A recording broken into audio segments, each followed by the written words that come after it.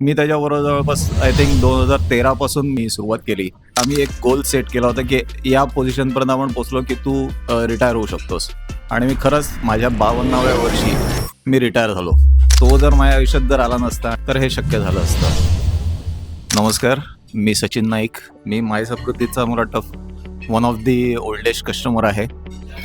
आणि आज माय समृद्धीने 15 वर्ष पूर्ण केलेत, त्यासाठी त्यांना खूप खूप अभिनंदन.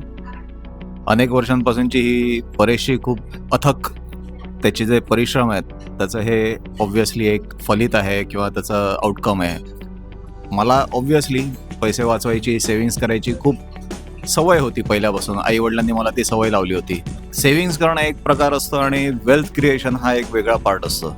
परेशने जे काय आम्हाला शिकवलं ते बेसिकली वेल्थ क्रिएट करायला शिकवली.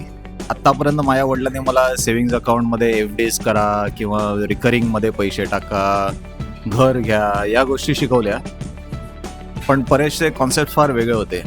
ते एकदम म्हणजे सगळ्या गोष्टींना कॉन्ट्रडिक्ट करायचे. त्याने कधीच आम्हाला सांगितलं नाही, तुमच्याकडे एक राहायला घर आहे ना, दुसरं घर घ्यायचं नाही. ते पैसे आपण म्युच्युअल फंडात टाकूया किंवा चांगल्या इतर फायनान्शियल इन्स्ट्रुमेंट्समध्ये टाकूया, जेणेकरून तुम्हाला रिटर्न्स चांगले मिळतील, वेल्थ क्रिएट होईल. त्याचे म्हणणं असायचं, गाडी खरेदी करायची नाही, भाड्याने घे, तुला हवी तेव्हा गाडी हायर कर, ज्याच्यामध्ये तुला तुझे कधी म्हणजे पैशांचं डेप्रिसिएशन होणाऱ्या कोणतेही असेट्स घेऊ नकोस. त्या दृष्टीने एक दृष्टिकोन आमचा सगळा त्याने चेंज केला.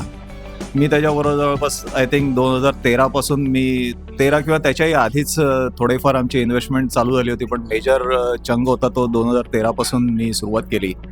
आणि त्याच्याबरोबर राहिल्यामुळे त्याचं एवढं बारीक लक्ष असायचं आमच्यावरती, की आता याने जॉब चेंज केला आहे, याची सॅलरी वाढली आहे, तर आता तू SIP वाढव, बोनस आला आहे, पैसे टाक, त्याच्यामध्ये लमसम आपण इथे टाकूया. वेगवेगळी जी काही इन्स्ट्रुमेंट्स नवीन नवीन येत गेली, ती प्रत्येक गोष्ट तो मला सांगायचा. मी त्यावर भरपूर वाद घालायचो. कधीही कोणती गोष्ट त्याने मला सांगितली आणि मी तशीच्या तशी ऐकली आहे असं कधी झालं नाही.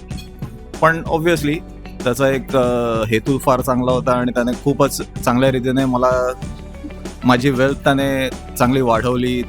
एवढीच म्हणजे की आम्ही एक गोल सेट केला होता, की या पोझिशनपर्यंत आपण पोचलो, की तू रिटायर होऊ शकतोस. आणि मी खरंच त्या पद्धतीने माझ्या 52व्या वर्षी मी रिटायर झालो.